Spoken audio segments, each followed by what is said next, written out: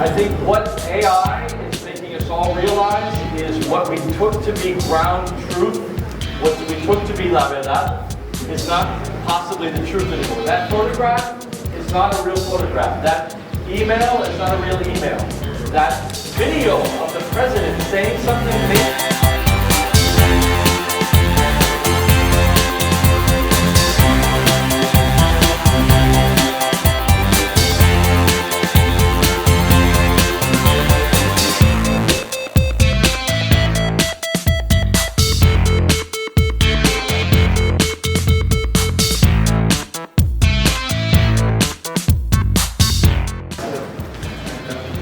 This one won that competition. It was 2 girls, and they did so well figuring out the prototyping with cardboard, wood, and there's many issues over the linkages between these modules. You had to constrain the movement somewhat, but you also had to allow for a lot of degrees of freedom and to keep it to be a 6-wheel drive vehicle. This is amazing, and it looks great, and so it's an amazing project. And one of the girls got Fulbright scholarship and studied Milan design, and she just graduated that program. And it's just amazing. She's gone into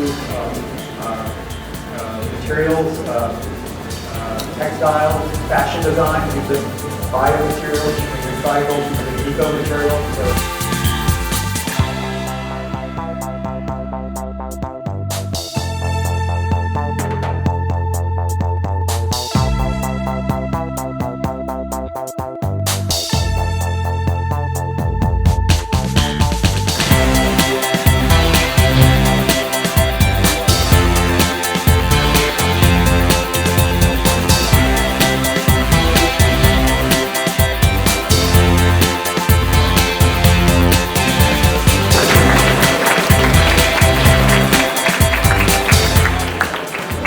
My name is Victoria Mackey, and first of all, thank you for being here. We're happy to have you here. My question is more in relation to how do you think AI may affect school education, and positively and negatively if it were to be incorporated into the school system? So it's going to make my job easier because I can pass off grading, I can pass off, a lot of the grading is very, Dan here spent 7 hours on the plane grading. He's still not done with it. It's due today. Your teachers are all working many hours to do grading, so that's a very he has to get it in today, right? Yes, do today. Go take a break. Yeah, so things like that, and of course you double check. A lot of times I have my GSI, my teaching assistants do grading first pass because they're much tougher than I am. Do you think that AI can get independent of humans? A powerful question. Many of us believe that it is our future. It will happen. AI will at some point have enough code, enough data to be able to wake up and have a soul. If that's an amazing, I don't know if that's possible, but write new code for itself. And write code for itself. There's a point called the singularity in which AI is writing AI code. And once it does that, it will possibly have super intelligence. Once that happens, the question of what does it mean to be human if it has feelings? A question from an important person. Do you know if it is A or written by the person? How do you recognize that? And so this is a really powerful time for all of us to ask these questions. Is there some way that I can put in my biometric fingerprint, that only I have my fingerprint, boop, and then it puts in a code and shows you a special symbol that says, this is definitely from Dan Garcia and isn't fake in some way. And so it needs computer scientists to be able to make that connection happen, security researchers to make that happen, and then you can trust it.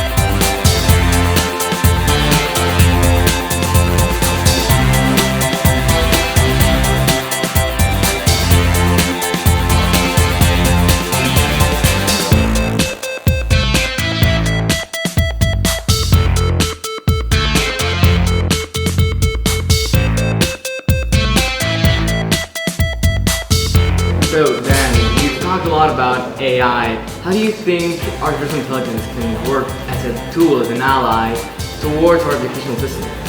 Tools to support their programming. Now, in the talk I gave today, I mentioned it's important that students still know how to program. They shouldn't just walk in off the street and just have ChatGPT work their code for them, because they don't even know what coding is. Yeah.